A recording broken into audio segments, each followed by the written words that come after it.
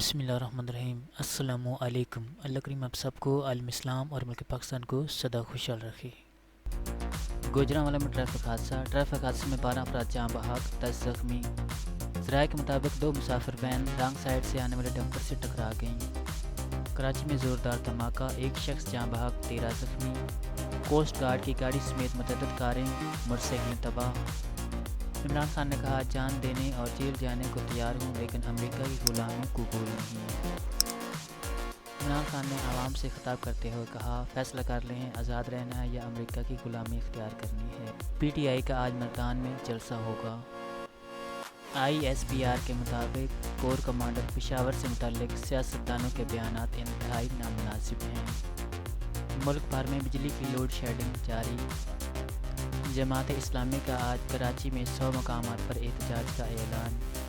پھر دوستو اگر ویڈیو اچھی لگی ہے تو نیچے لال رنگ کا سبسکرائب لکھا ہوا ہے، اس کو پریس کر کے میرے چینل کو سبسکرائب کر دیں۔ اپنا اور دوسروں کا بہت سا خیال رکھیے گا۔ اللہ حافظ۔